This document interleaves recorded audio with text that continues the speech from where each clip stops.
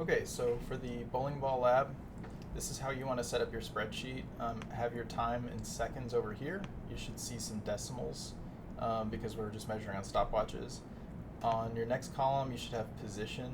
You could call it distance as well, or just the x value. And these are going to go up in whole number intervals, so they just count up 1, 2, 3, 4, and so on, because our distances were just 1 meter apart. Then for the velocity and the acceleration, we're going to calculate these two. At this point, you can see we're going to calculate based on a change, and nothing has changed at this point. So skip over that first block and put an equal sign. And we want to do change in position, which is this minus this. 1 minus 0 is just 1. So you could type in a 1 here, or you can enter the formula either way. And then divided by this one minus this one. So in the numerator, we're subtracting the position from the previous one, and then in the denominator, we're subtracting the time from the previous one. This should look a lot like the slope equation that you learned in math class. So you have change in y over change in x to give you the slope. That's exactly what we're doing here. The velocity is the slope of the position graph, so that's why we're using the slope equation. And then I press enter. If you grab this little corner here, so notice if I'm here and I try to grab it, it's not the same thing as grabbing this little corner.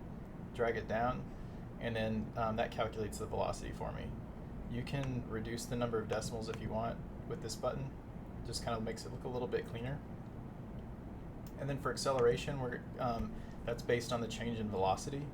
So here, there's nothing before it. So in this value, in this box, there's no we can't really calculate the acceleration for the same reason that we couldn't calculate it here. There's been no change at that point. So we really want to start our acceleration at, in the fourth row. And so I do equals the velocity minus the one before it, divided by the time minus the one before it. And then press enter and drag this down, and now we have our accelerations. To make the graphs, simply highlight the data and click chart. And your position graph should look something like this. Even with our raw data that we collected from class, it should be pretty smooth, like so. We can make this one go away. And then for your velocity, always highlight time. That's always going to be on your x-axis. And then highlight the velocity column. And I'm holding control to be able to highlight these two at the same time.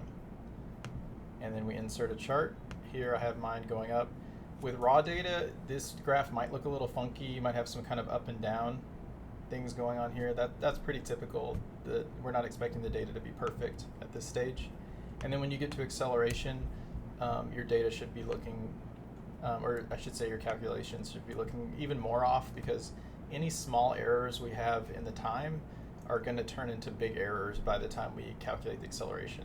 So my acceleration graph looks pretty smooth, pretty flat, but your data may look a little crazy with some bouncing up and down. Now, if you notice something like this one was 2, and then this one was 2, and then this one's like 6 million, that probably means that we took a serious measurement error. If you see something like 6 million or some huge number, feel free to delete that value. But otherwise, if there's a little bit of variation up and down, that's totally normal. So to conclude, you need to calculate velocity and acceleration, and then you need to make 3 graphs.